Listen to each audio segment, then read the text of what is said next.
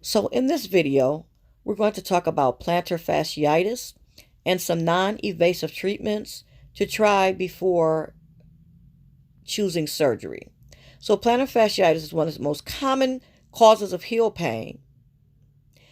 It occurs when there's a strain on your plantar fascia, which is the band that comes from your heel to the front of your feet. So when you go to your first podiatry appointment, he's going to check your feet, ask you some medical questions, and he may give you an injection on the spot. He will suggest that you need orthotics, which are shoe inserts that are custom made there at the podiatry office that you will wear inside your shoes. He will then suggest that you change your shoes and give you a list of shoes to try. Also, he may suggest that you need to wear night splints and under to help relieve your plantar fasciitis pain. Some other suggestions would be if your feet are burning, which a lot of us experience with plantar fasciitis, you can roll frozen water bottles under your feet. Also, because your Achilles tendon, which a lot of people don't know, can be associated with your plantar fasciitis pain, they may set up a program for you to use certain exercises that include Achilles tendon stretches. Also, they have plantar fasciitis socks that you wear at night. And the one I prefer is, and I still use today, is the spiked ball.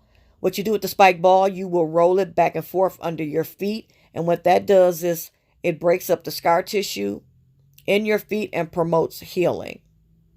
So once you finish with your doctor's appointment with the foot doctor, you want to get a foot analysis. It's important to know what type of shoe is best for your foot. So I suggest strongly that you get a foot analysis to see. In my case, I have a medium to high arch. So I have to wear shoes that have enough support to support my high arch.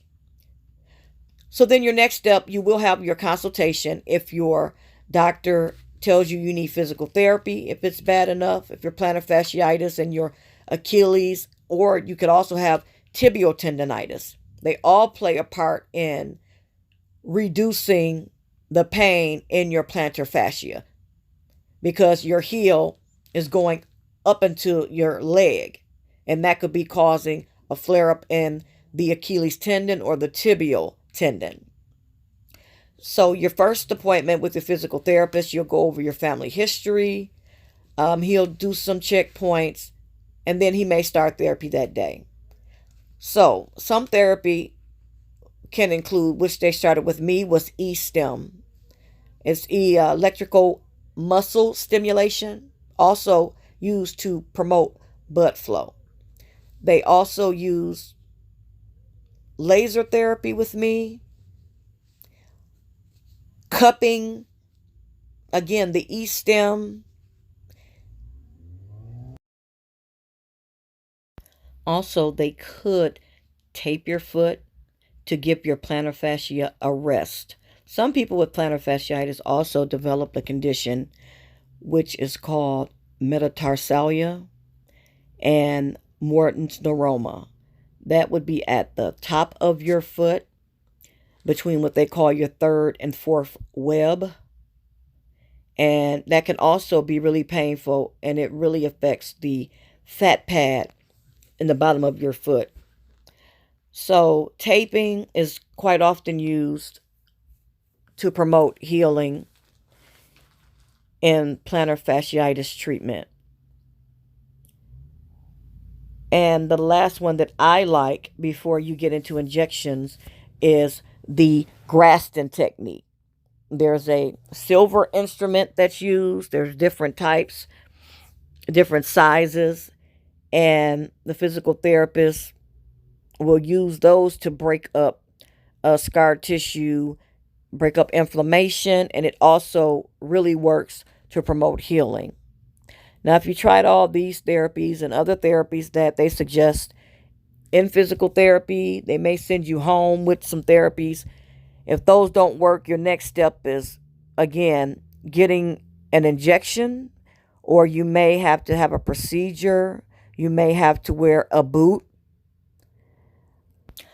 The boot will not only take pressure off of the plantar fascia, it will also relieve pain and overstretching in your Achilles tendon and also your tibial tendon. And in some rare cases, for those that develop Mortons Neuroma and Metatarsalgia, in some rare cases, that may require surgery.